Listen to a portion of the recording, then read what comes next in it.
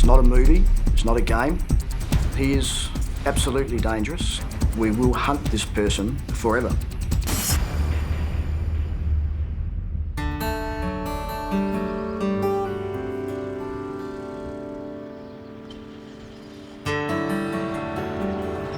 It's Friday, June 27, 2008.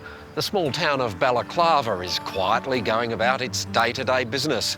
But that peace and quiet is about to be shattered. Bring everything out you got in the house, put it in the street fast. Everything. Right. Lay on the floor. Customer came in the shop and said the ANZ's been held up with someone with a gun or a rifle. I saw the local policeman, Steve, sort of with his gun sort of drawn, standing near the ANZ there, so I thought, well, shit, that's not too good. It wasn't good at all. Inside the little bank, a bandit was terrifying staff and 2 customers. South Australia's notorious armed robber, dubbed the Bicycle or Hills Bandit, is striking for the 9th time. He is absolutely dangerous. His actions have shown that. He's a man who's prepared to arrive at a bank, come armed and threaten people. There's no other way to describe him but dangerous. The weapon that he's brought to each and every bank is a SKK 7.62 calibre automatic weapon. Bring everything out you got in the house, put it in the street fast. Initially, the robber had a very unusual way of fleeing the scene. In the early 4 robberies that were committed, he certainly left the scene on a bicycle.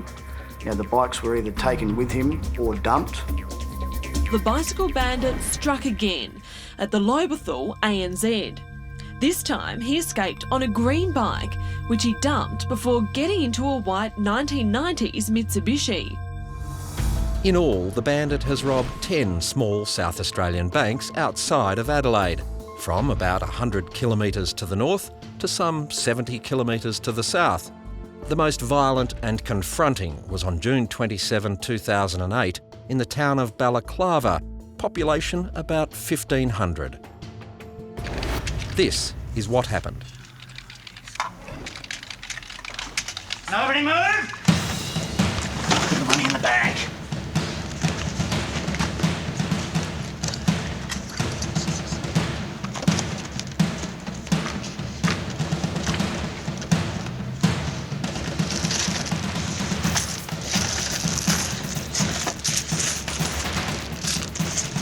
A nearby police officer, alerted to the robbery, was quickly on the scene.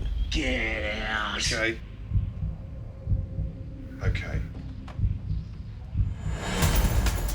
What happened inside the bank was, once the demand was made on the officer, the absolutely correct choice was made to withdraw outside.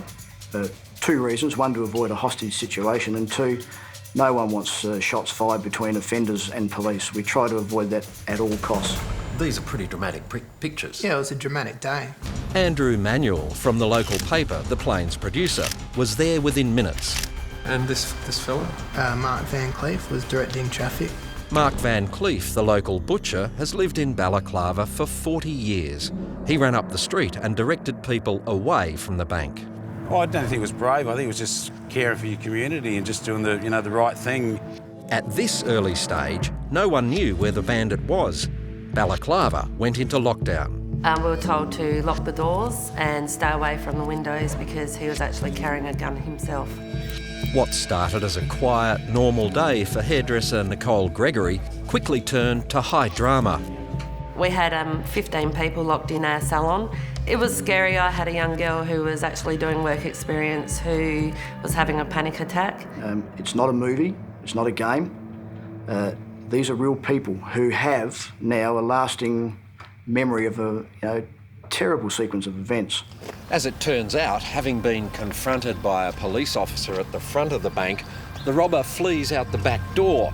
But in his panic to get away, he climbs over the fence and in the process leaves behind some very important clues.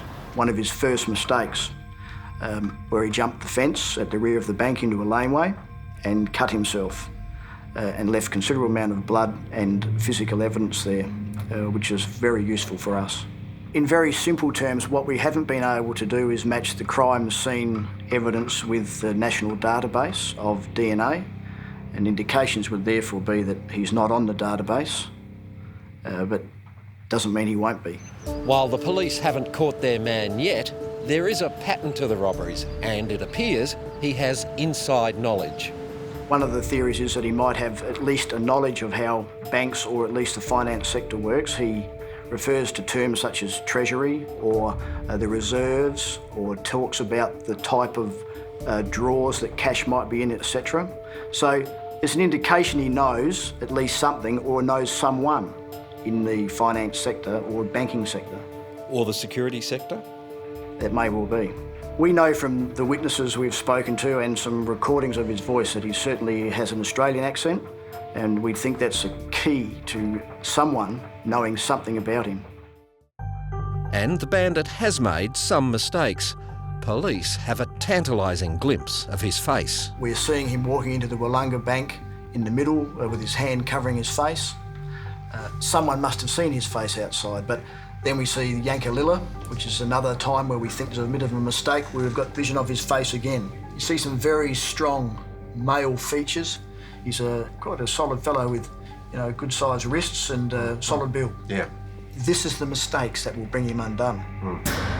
After the bandit had another close call at the 10th robbery in 2009, the hold-ups suddenly stopped. In all, he reportedly stole more than $250,000. Why did he stop? One, we hope he has stopped. Two, I hope to ask him that myself one day. But number three, it might be a choice he's made because balaclava must have scared him. What would you say to anybody who might have even a tiniest bit of information? Oh, absolutely, come forward, because these people in the bank who there at the time, they don't deserve that sort of treatment, and no one deserves to have a firearm or a knife. I think we just got to really, as a community, stop this sort of stuff happening. Our investigation does not end, will not end, and we will hunt this person forever.